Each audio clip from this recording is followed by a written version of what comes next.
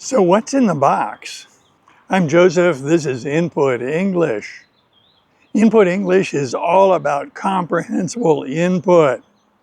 As you listen to these stories or listen to these discussions, if you understand what I am saying, then your mind will gradually acquire the English language.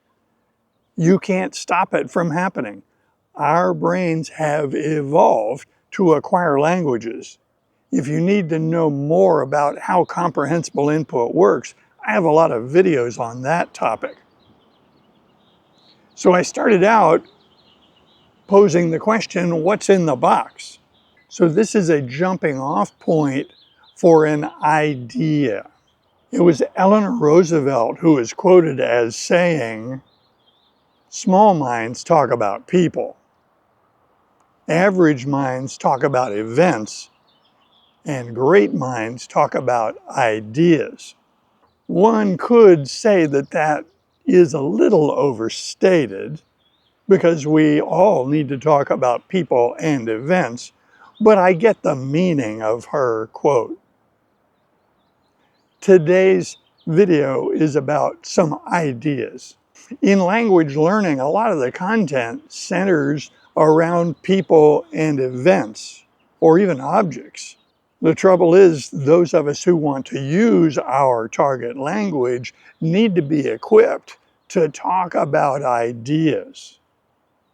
The trouble with that, of course, is that the more abstract an idea is, the harder it is to make good content for people to acquire those expressions, that vocabulary. Undaunted by that, let's get started.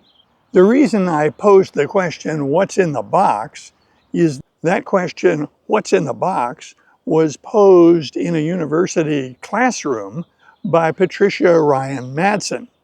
It was also showcased in her book, Improv Wisdom. This is a book of nonfiction, which I read recently. What Patricia Madsen observed is if she asks someone to imagine what's in the box, there's always something in the box. People's imagination is so rich that there's always something in the box. Now, why is this important? Well, her context was imagination, creativity, and invention.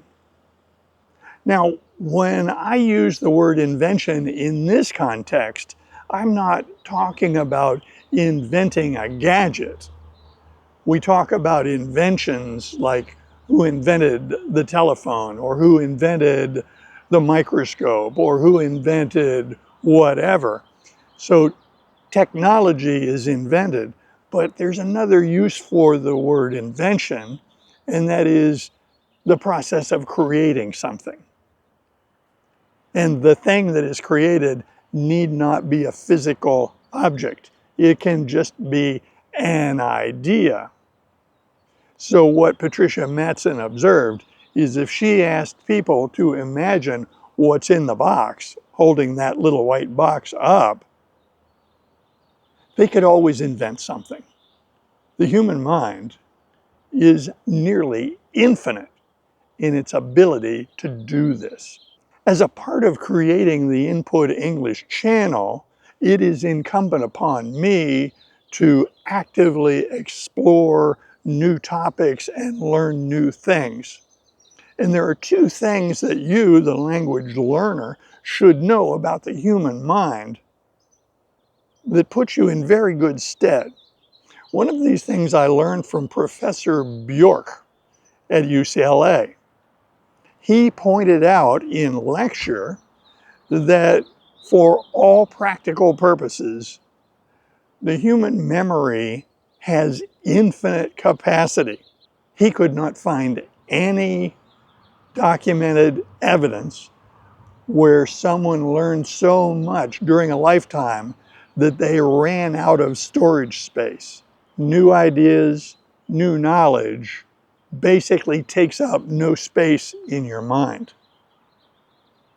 That's helpful. The other thing I learned on this general topic is from Patricia Mattson. That is, our ability to imagine, innovate, and invent is basically infinite. Content creators on YouTube are counseled to regularly post new content. Makes sense. Very few creators post a video every day. I do it for a very practical reason, and that is I want the channel to grow, and I want a lot of content in the video library so that when somebody perceives a need to increase their level in English, the resources to do that will be here on this channel at Input English. As of this recording, I have right at 300 videos that I have made. That is well over 60 hours of content, and it continues to increase. My goal is that by the end of the year, I will have 500 videos and more than 100 hours of content.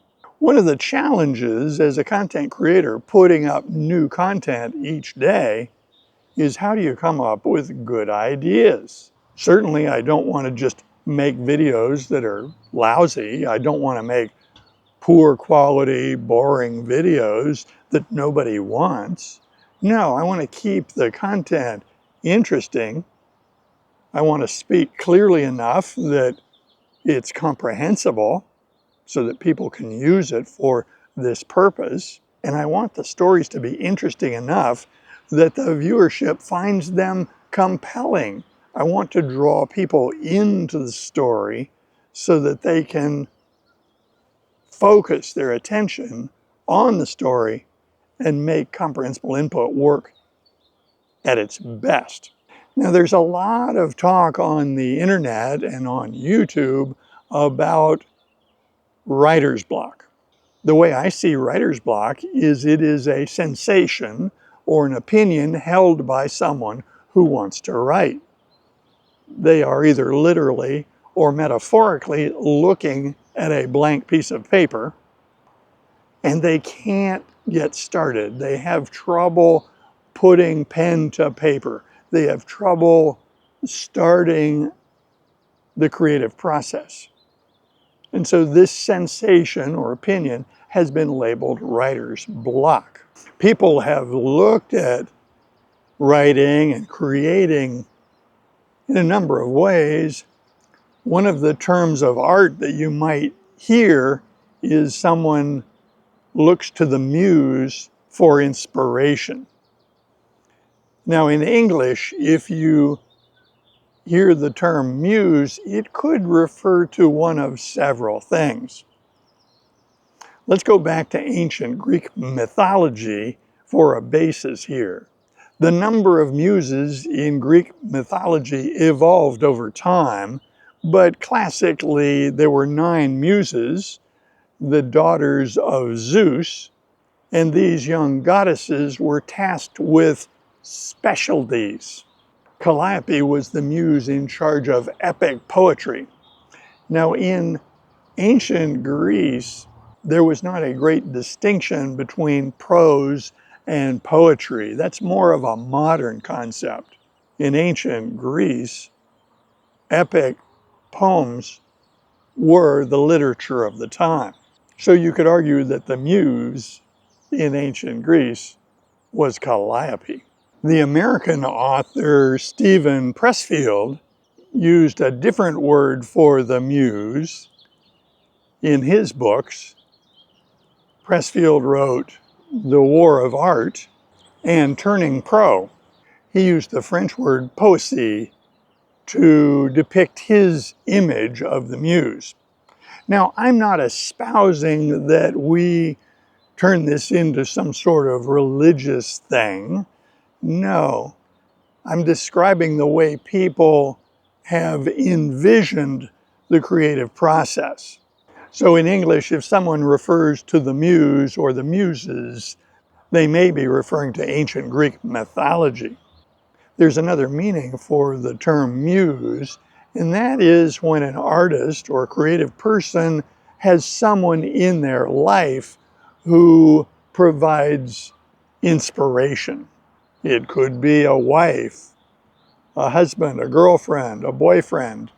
Any number of relationships can be described as between an artist and a loved one. What I'm showcasing here is that we get inspiration from people. And we actually get inspiration from more than one person. We get inspiration from everybody we encounter if we're paying attention. We also get a lot of inspiration from our experiences. Creative people, writers for instance, draw upon their life experience to find the inspiration to create new works. According to Patricia Mattson, it is probably better to not prepare, just show up. Now there's another way to look at that. The saying that you might hear is suit up and show up. So suit up and show up suggests a little bit of preparation. Now this is very much the way I make these videos. As I am coming up with ideas and thinking about what I will say on camera, I get dressed, I put on the microphone, I assemble the gear, and that preparation process is part of my thought process. It's part of the creative process so that when I start recording video, I actually have something to say. Necessity is the mother of invention. That quote is attributed to Plato. Later, it was said by Albert Einstein. Agatha Christie, in a contrarian quote, denied that necessity was the mother of invention. She attributed invention to idleness. And then she went on to speculate that a major contributor to invention could be laziness. I don't see it that way. When I'm trying to write something, preparation is part of the writing process. One of the things I will do is pull out some nice paper upon which I'm going to write. The next thing I likely will do is use a fountain pen. Fountain pens don't generate ideas, but having a nice fountain pen in one's hand, for me, tends to make the ideas flow better. As I write with a fountain pen, the ink comes off the nib, the tip called a nib. The ink flows off the nib, and as it first hits the paper, it is liquid. It glistens in the light. You can see that it is wet. It is flowing off the nib. In a short time, that wet ink dries in place. I see it that my ideas are flowing onto the paper. I don't advocate buying expensive objects. This is actually a fairly modest fountain pen, not a luxury item, but it is a nice fountain pen that allows me to enjoy the writing process. Another writing tool that I enjoy using is a mechanical typewriter. I find the physical interaction with these mechanical keys and the creation of printed text on a piece of paper enjoyable. Again, it allows my ideas to flow. One of the nice things about a mechanical typewriter is it has no features for editing. One of the best things for getting writing going is to just write. And if you get caught up in editing, you can actually stifle the creative process. You can bring it to a halt. And of course, the writer doesn't want to do that. So one of the benefits for me of using a mechanical typewriter is I really can't use any editing features. Once the letters are on the page, they are there to stay, and the only logical thing is to move on, keep going. I enjoyed that feel of the mechanical typewriter so much that I actually got a keyboard for my tablet that recapitulates the feel of a mechanical typewriter keyboard. Does it make me a better writer? No, but it does allow me to enjoy the process more. And if I enjoy it more, I'm going to do it more.